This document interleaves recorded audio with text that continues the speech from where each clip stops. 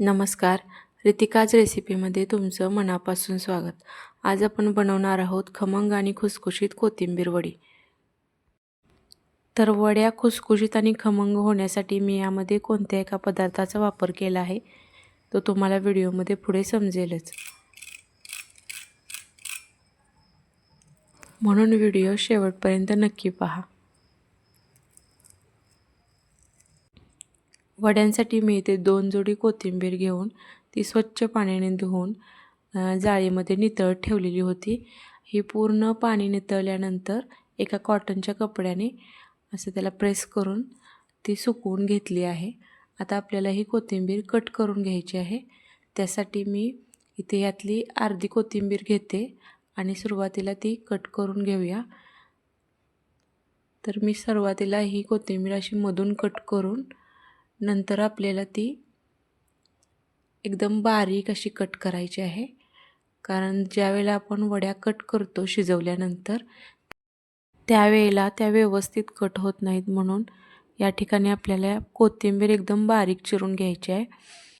वड्यांसाठी ज्यावेळेला आपण कोथिंबीर घेतो त्यावेळेला कोथिंबीरची पानं आणि जी कोवळी देठं आहेत तेवढंच घ्यायचं. जी जाड देठं असतात ते घेऊ नका, त्यामुळे ते शिजलीही जात नाहीत आणि वड्या कट करतानाही वड्या व्यवस्थित कट करता येत नाहीत. त्यामुळे मी या ठिकाणी कोथिंबीर आणि जेवढे कोवळे देठ आहेत तेवढेच घेतले आहेत. आता आपल्याला एका कढईमध्ये पोहे 1 वाटी पोहे घ्यायचे आहेत आणि ते पोहे मध्यम आचेवरती असे आपल्याला खरपूस भाजून घ्यायचे आहेत. तर पोहे कशासाठी, तर ह्या पोह्याचे आपल्याला मिक्सरमध्ये बारीक करून घ्यायचे आहेत आणि या पोह्याचेच आपल्याला जे पीठ बनतं बारीक करून ते पीठ आपल्याला कोथिंबीर वडीमध्ये वापरायचे आहे. काही लोक तांदळाचे पीठ देखील घालतात, पण जे पोहे असतात ते आधीच खूप क्रिस्पी असतात आणि भाजल्यानंतर अजून जास्त होतात, त्यामुळे कोथिंबीर वडी एकदम क्रिस्पी आणि क्रंची बनते. तर त्यासाठी मी इथं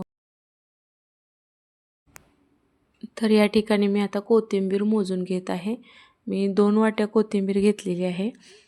तर वाटी भरताना एकदम अशी हलकी न भरता ती दाबून जरा भरायची, म्हणजे व्यवस्थित कोथिंबीर भरली जाते. तर मी इथं व्यवस्थित अशा 2 वाट्या कोथिंबीर घेतली आहे.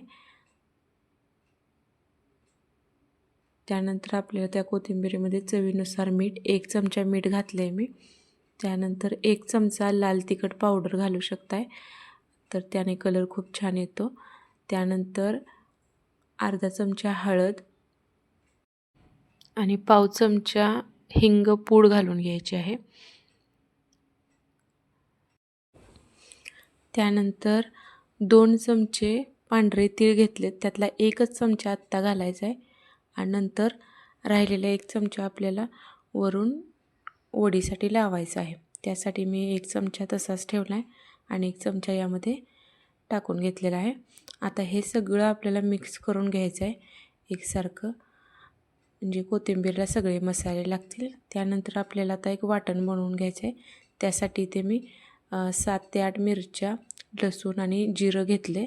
हे मिक्सरमध्ये आपल्याला वाटण करून घ्यायचं आहे आणि हे वाटण यामध्ये घालायचं आहे.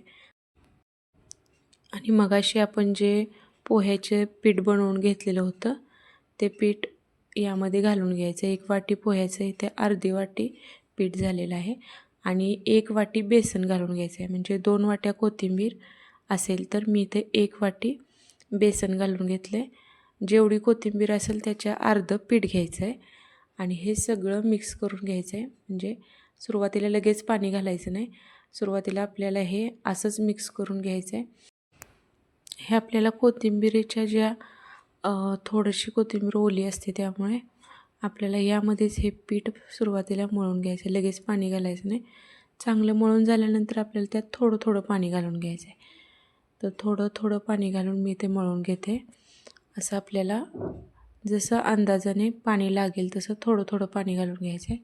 मी तर दुसऱ्यांदा थोडंसं पाणी घालून हे मळून घेते. आपल्याला पोहे घातल्यामुळे पोह्याचे पीठ करून घातले त्यामुळे थोडंसं हे घट्ट होऊ शकतं, तर तुम्ही त्यात थोडंसं पाणी घालून मिक्स करून ते पीठ असं सैलसर, जास्त पातळ नाही जास्त घट्ट नाही असं पीठही बनवायचं आहे. तुम्ही तर बघू शकताय की पिठाचा गोळा कसा बनलेला आहे. तर इथं मी पीठ मळून घेतले आणि त्यामध्ये 1 चमचा तेल घातले. तेल आपल्याला नॉर्मल तेल जे असतं तेच घालायचं आहे. गरम वगैरे असं काही तेल घालायची गरज नाही. नॉर्मलच तेल घालून घ्यायचं आहे. तेल घातल्यानंतर थोडा वेळ मळून असा गोळा बनतो. तर हे पीठ तुम्ही बघू शकताय, जास्त घट्ट नाही जास्त पातळ नाही असं मीडियम असं मळून घेतलं आहे. आता एका चाळणीला तेल लावून घ्यायचं आहे. तर इथे मी चाळणीला तेल लावून घेते. यामध्ये ते पीठ थापून घ्यायचं आहे. तर यामध्ये मी पीठ ठेवून सगळीकडे असे पसरून थापून घ्यायचं आहे. म्हणजे एका ठिकाणी जाड एका ठिकाणी पातळ असं न करता सगळीकडे एकसारखं पसरून घ्यायचं आहे. म्हणजे वडी व्यवस्थित शिजली जाते. एका ठिकाणी जाड झालं तर ते कच्चं राहू शकतं. म्हणून मी सगळीकडे असं एकसारखं हे थापून घेतलेलं आहे. आणि याला वरून आता तीळ लावून घ्यायचे आहेत. जे 1 चमचा तीळ ठेवलेले होते ते तीळ याला वरून लावून घ्यायचे. तीळ तेलामध्ये भाजले वडी तळताना की एकदम क्रिस्पी होतात, त्यामुळे वडी अजून छान लागते. तर मी वरून असे तीळ लावून हे थोडं प्रेस करून घ्यायचे, म्हणजे तीळ त्याला चिकटून बसतात आणि तेलामध्ये ते निघत नाहीत. वड्या शिजवण्यासाठी मी ते इडलीच्या भांड्यामध्ये पाणी उकळण्यासाठी ठेवले. पाणी उकळले, त्यावरती चाळण ठेवून त्याच्यावरती झाकण ठेवून आपल्याला हे 10 ते 15 मिनटासाठी स्टीम करून घ्यायचं आहे. 10-15 मिनटानंतर हे शिजतं. तर इथं 10-15 मिनटानंतर मी चेक करून बघते. तर आपण चाकूच्या साहाय्याने ते चेक करून बघू शकतो. तर चाकू क्लीन असेल तर हे पीठ शिजलेलं आहे. तर आपलं हे पीठ इथे शिजलं आहे. आता हे थंड होण्यासाठी ठेवायचं आणि थंड झाल्यानंतरच आपल्याला हे कट करून घ्यायचं आहे. म्हणजे व्यवस्थित वड्या कट होतात, व्यवस्थित वड्या पडतात. तर मी ते कट करून घेते. तुम्हाला ज्या शेपमध्ये आवडतं त्या शेपमध्ये तुम्ही ते कट करून घेऊ शकता. मी तर असा हा डायमंड शेपमध्ये मी कट करून घेतले. तुम्ही चौकोनीसुद्धा कट करू शकता. तुम्हाला हा व्हिडिओ आवडला असेल तर व्हिडिओला लाईक नक्की करा, चॅनलला सबस्क्राईब करा आणि तुमच्या मित्रमैत्रिणी नातेवाईकांसोबत हा व्हिडिओ नक्की शेअर करा. तर आता तुम्ही इथे बघू शकता की आपल्या वड्या इथं कट करून झालेल्या आहेत आणि वड्या अजिबातही खाली चिकटलेल्या नाहीत. ते अगदी सहज निघत आहेत. तुम्ही बघू शकताय चाळणीला वडे अजिबात चिकटलेली नाही आणि व्यवस्थित ह्या वड्या निघालेल्या आहेत. तर मी त्या सगळ्या वड्या काढून घेते. आपल्याला ह्या वड्या आता तळून घ्यायच्या आहेत. तुम्ही शॅलो फ्राय देखील करू शकता. म्हणजे पॅनमध्ये थोडंसं तेल टाकून शॅलो फ्राय जरी केलं तरी चालेल. पण जर आपण त्या डीप फ्राय तळल्या तर जास्त क्रिस्पी होतात, म्हणून मी ते तळून घेत आहे.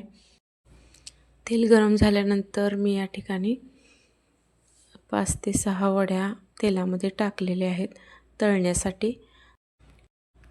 वड्या टाकले लगेच त्या पलटायची गरज नाही. थोडा वेळ त्या तसंच तेलामध्ये तळू द्यायच्यात, कारण त्या आधीच खूपच मऊ असतात. थोडा वेळ तेलात तळलं गेलं की त्याला थोडा कडकपणा येतो. त्यानंतर तुम्ही त्या पलटू शकताय. इथं 1-2 मिनटानंतर मी इथं पलटते आहे. तर दोन्ही बाजूने आपल्याला चांगल्या क्रिस्पी अशा होईपर्यंत त्या वड्या भाजून घ्यायच्या आहेत. तर वड्यांचा कलर तुम्ही ते बघू शकताय चेंज झाला. आता वड्या ह्या पूर्णपणे भाजल्यात. अशा प्रकारे आपल्या ह्या कोथिंबीर वड्या तयार आहेत. तुम्ही ही रेसिपी नक्की ट्राय करून बघा आणि मला कमेंटमध्ये नक्की कळवा तुम्हाला ही रेसिपी कशी वाटली. पुन्हा भेटू अशाच नवीन आणि सोप्या रेसिपीसह. धन्यवाद.